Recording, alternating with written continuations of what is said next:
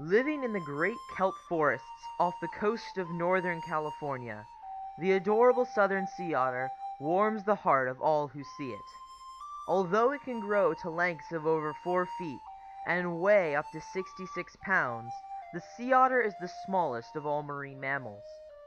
In order to survive in the frigid waters of the Pacific, the sea otter has the thickest pelt of any animal on the planet, with over 1 million hairs per square inch. The pelt has two distinct layers, the soft underfur and the rough overcoat. The underfur helps to maintain the sea otter's body temperature by trapping insulating bubbles of warm air between its skin and the hair. The overcoat helps to make sure that no water seeps through to the skin. It is coated in an oil produced by the otter that makes it entirely waterproof. Because it relies so much on its fur, the otter will spend much of its day grooming itself, in order to make sure that the fur is kept in the best possible condition. The southern sea otter is a social creature. They live in groups of either females and pups, or of males, mixing only during the mating season. Female sea otters give birth to a single pup annually.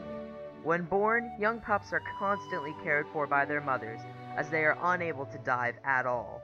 After 2 months, the pup can dive and will begin to learn how to hunt. After a few more months, the pup will leave its mother to go and live on its own. In order to eat, the sea otter is one of the few animals that uses tools. It will take rocks from the seafloor and bang shellfish against them in order to break the shell and get to the meat inside.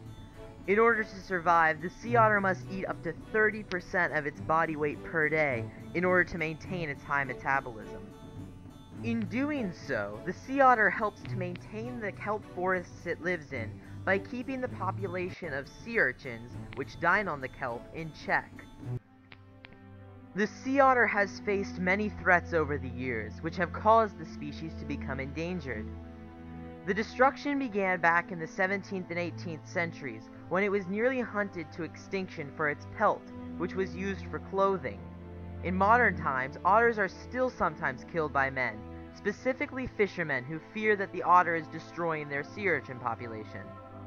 Runoff from nearby residential areas poisons the oceans and food of the sea otter, which leads to thousands of deaths per year. Additionally, oil spills, when they occur, can threaten the sea otter population, as the crude oil destroys the overcoat's natural oil and leads to hypothermia and pneumonia.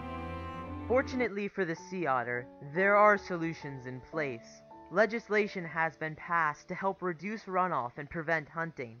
Institutions such as the Monterey Bay Aquarium have begun conservation programs.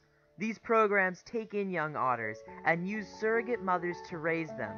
The surrogate mothers will teach them natural behaviors such as foraging and diving, and these young sea otters may even be released one day back into the wild.